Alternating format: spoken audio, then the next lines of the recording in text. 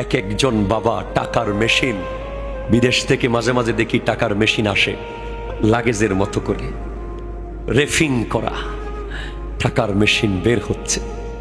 High high, 20 বছর machine টাকা দিছে, হঠাৎ মারা গেছে। 20টা বছর আলু ভর্তা আর গ্রামের ডাইল চোখে দেখে নাই। 30টা বছর দুবাইয়ের, সৌদি আরবের 10 তলা 20 তলার উপরে জীবন বাজি রেখে কাজ করেছে প্রবাসী। এসে যখন দেখে যে তার পোলাটা মোটর সাইকেল চালান শিখছে, মেট্রিক পাস করতে পারে নাই। কথা কথা ঠিক কিনা জোরে বলেন। তার পোলাটা কলেজে ভর্তি হইতে পারে নাই, বড় গুন্ডা হইছে। এজন্য আমি বলবো, যারা প্রবাসী সন্তানেরা আছো, তোমাদের অন্যান্যদের চেয়ে 10 গুণ বেশি লেখাপড়া করা দরকার, অন্যদের চেয়ে 20 গুণ বেশি আদববান হওয়া দরকার, অন্যদের চেয়ে 30 গুণ বেশি মসজিদে যাওয়া দরকার। কারণ তোমার বাবা অন্যান্যদের মতো অষ্টগ্রামের ওই হাওরের মাছ চোখে দেখে না, তোমার বাবা ঈদের দিন সেমাই চোখে দেখে না, তোমার বাবা কোরবানির দিন গরুর গোশত চোখে দেখে না। সে তখনও 10 তলার উপরে, কখনো 20 তলার উপরে ফোন করলেই বলে খাইছি, অথচ খায় নাই। ফোন করলেই বলে সুস্থ আছি, অথচ সুস্থ নাই।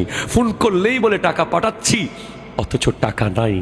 এমন প্রবাসীদেরকে অনেকে আমরা ভুল বুঝি। আমরা পরিবাররা কি মনে করি, সে বোধহয় টাকা কোথায় আলাদা জমাইতেছে, সে বোধহয় আলাদা কোথায় রাখি দিতেছে। তুই এতদিন বিদেশ করস, টাকা কেন নাই, দিতে পারস না কেন? খবরদার, খবরদার, খবরদার।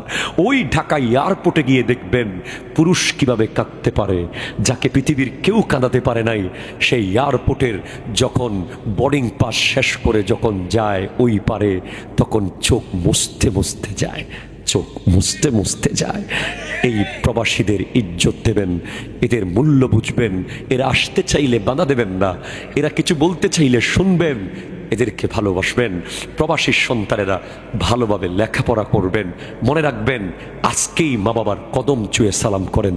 জয়নুল আবেদিন কাদরি 3 বার অ্যাক্সিডেন্ট করেছে, প্রত্যেকবার মৃত্যু নিশ্চিত হয়। এমন অ্যাক্সিডেন্ট ছিল, কিন্তু আমার গায়ের একটা লোম ছিঁড়ে নাই, ছিঁড়বে না।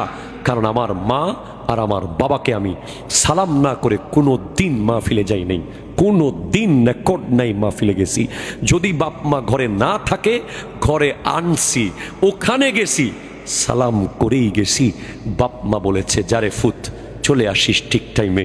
তখনই আল্লাহ কলম মেরে দিয়েছে, আমার পোলা আসবেই। কারণ বুলেটের গতিতে দোয়া কবুল হয়ে যায়। বাপ আর মা, এরা যদি কিছু করতেও না পারে, এরা যদি নিজে নিজে খাইতেও না পারে, এরা যদি ঘরের মধ্যে অবশ হয়ে পড়ে থাকে, শুধু শুধু নিঃশ্বাস ফেললে হবে, এরা প্রতি সেকেন্ডে সেকেন্ডে তোমার 10 বছর হায়াত বাড়াই ফেলতে পারে, তোমার 10 কোটি টাকার ব্যবসা বাড়াই ফেলতে পারে। এরা তোমাকে 1 মিনিটের দোয়া করে কাবা ঘরের ইমাম বানাতে পারে। এত বড় ক্ষমতা আল্লাহ এদেরকে দিয়েছে। ওরে বাবা রে, বাবা তো প্রতিদিন চাকরি ছেড়ে দিতে চায়, প্রতিদিন চলে আসতে চায় অফিসটাকে লাথি মেরে। বসের ঝাড়ি, কত প্যারা, কাজের উপরে কাজ, অফিস টাইম শেষ হওয়ার পরে আবার কাজ। বাবারা কত জায়গায় কতজনের লাঞ্ছনা স্বীকার করে 2 টাকা কামায়া ঘরে আনে। প্রতিদিন চায় যে আজকে থেকে আর যাব না। ঘরে আসার পরে যখন দেখে আমার মেয়ের বিয়ে দিতে হবে, আমার ছেলের পরীক্ষার ফিস দিতে হবে, আমার নাতির অমুক লাগবে, আবার সকালবেলা কুয়াশার ভিতরে নদীর পারে পারে ব্যাগটা নিয়া ওই লোক চলে যায়। 30 বছর ধরে বলতেছিল আর অফিসে যাব না, 30 বছর ধরে বলতেছিল আর অফিসে যাব না, আবার গেছে, আবার যাব না বলছে, আবার গেছে, আবার যাব না বলছে, আবার গেছে। নতুন স্যান্ডেল কিনতে পারে নাই, বারবার দোকানে গেছে কিনতে, কিন্তু সন্তানের মুখ সামনে ভেসে উঠেছে। আবার বলে একটু সেলাই করে পরি। নতুন গেঞ্জি কিনতে গিয়েছে, সন্তানের চেহারা ভেসে উঠেছে, বলে এটা দিয়ে আরেকদিন চালাইয়া দিই। নতুন জামা কিনতে গিয়েছিল, কিনতে পারে না, বাবারা পারে না।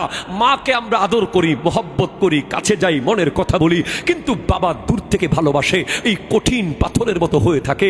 শুধু দূর থেকে দেখে, দূর থেকে শুনে, দূর থেকে কাঁদে, দূর থেকে দোয়া করে, দূর থেকে বারবার চায় যে আমার ছেলে যদি একটু আমাকে জড়িয়ে ধরতো। ঠিক কিনা কথা বলে?